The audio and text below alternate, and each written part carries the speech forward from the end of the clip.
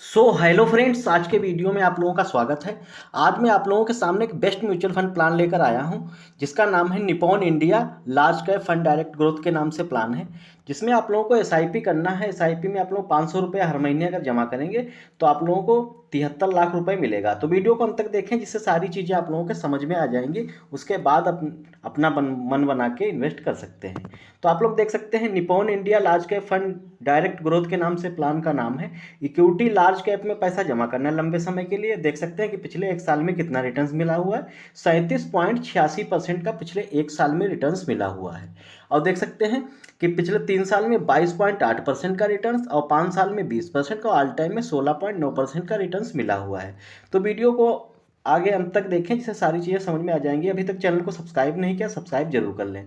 तो देख सकते हैं कौन से फंड हाउसेस का ये फंड है। Nippon India mutual fund houses का फंड है, जिसकी रैंक टोटल एसेट रैंक कितनी है, छठी रैंक है इंडिया में, जो कि काफ़ी अच्छी रैंक मानी जाती है।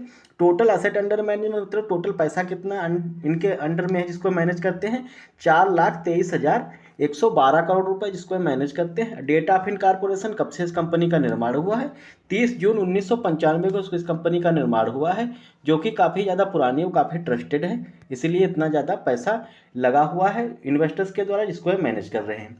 अब देख सकते हैं कि म्यूचुअल फंड में जो पैसा लगाया जाता है, वो हमारा पैसा लगाया कहाँ जाता है, कहाँ मतलब इन्वेस्ट करते हैं जिससे कि पैसा बढ़ता है। तो आप लोग देख सकते हैं कि वो म्यूचुअल फंड वाले जो हैं शेयर मार्केट में पैसा लगाते हैं। जो म्यूचुअल फंड मैनेजर होते हैं शेयर मार्केट में हमारा पैसा इन्वेस्ट करते हैं। तो आप लोग देख सकते हैं कि उसमें से टॉप कितनी कंपनियों में लगाएंगे पैसा, 55 कंपनियों में पैसा लगाएंगे। तो टॉप 10 कंपनी देख सकते हैं कौन कौन सी है। HDFC bank limited, ICICI bank limited, Reliance Industries limited, State Bank of India limited. आप देख सकते हैं कि ITC limited, Larsen and Toubro limited, Axis bank limited, Tata power company limited. इन निम्न कंपनियों में पैसा लगाया जाएगा म्यूचुअल फंड के द्वारा। तो आप देख सकते हैं कि इसके NAV देख लेते हैं। NAV क्या होती है, नेट एसेट वैल्यू, जिसकी प्राइस जो है 83 रुपये 55 पैसे है। NAV क्या होती है, जैसे कि शेयर मार्केट में एक शेयर की प्राइस होती है, उसी प्रकार से म्यूचुअल फंड में एक NAV के एक यूनिट की प्राइस होती है, जिसमें NAV खरीदी और बेची जाती है। इसकी रेटिंग कितनी, 5 स्टार रेटिंग। और मिनिमम SIP कितने से कर सकते हैं, 100 रुपये से। फंड साइज कितना है, 21,453 करोड़ रुपए, जो इन्वेस्टर्स के द्वारा लगाया गया है, जिसके रिटर्न्स बना के देते हैं।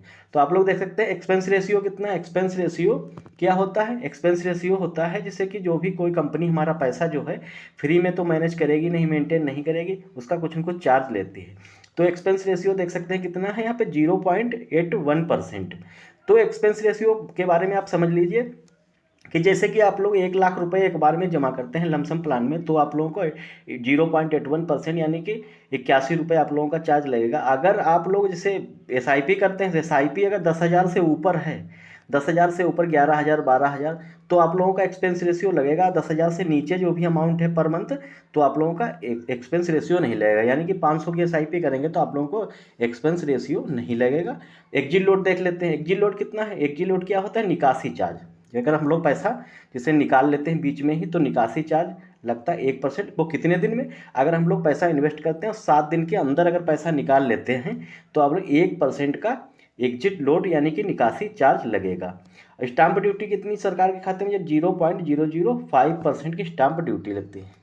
टैक्स इम्प्लीकेशन समझ लेते हैं। टैक्स इम्प्लीकेशन क्या है, टैक्स इम्प्लीकेशन है 15% का टैक्स एक साल में लगेगा, वो भी अगर आप लोगों को प्रॉफिट के ऊपर, प्रॉफिट अगर जो भी अगर जैसे प्रॉफिट हुआ तो प्रॉफिट पर एक साल के अंदर अगर आप लोग पैसा निकालते हैं तो 15% का STCG, short term capital gain के नाम से टैक्स लगता है। अगर एक साल के बाद, 2 साल में, 3 साल में निकालते हैं तो आप लोगों को LTCG टैक्स लगेगा, वो भी 10% का टैक्स लगेगा। 10% का, वो भी प्रॉफिट अगर 1 लाख से ऊपर, ऐसे 1,50,000 प्रॉफिट हुआ आप लोगों का, मूलधन छोड़ के, इसमें मूलधन ऐड नहीं करना है। 1,50,000 से प्रॉफिट हुआ तो उसमें से 1 लाख पर तो LTCG टैक्स लगता नहीं है, लगेगा ऊपर जो भी अमाउंट होगा। जैसे 50,000 अमाउंट है तो उस पर 10% का, 50,000 पर 10% का LTCG टैक्स लग जाएगा। यानी कि 5,000 रुपये आप लोगों का LTCG टैक्स बनेगा 10% के हिसाब से 50। 50,000 पर। तो आप लोग ये चीज़ समझ गए होंगे। तो आप लोग ये चीज़ समझ गए हो तो आप देख सकते हैं कि SIP कितनी करनी है, 500 रुपये से हर महीने आप लोग जमा करते हैं।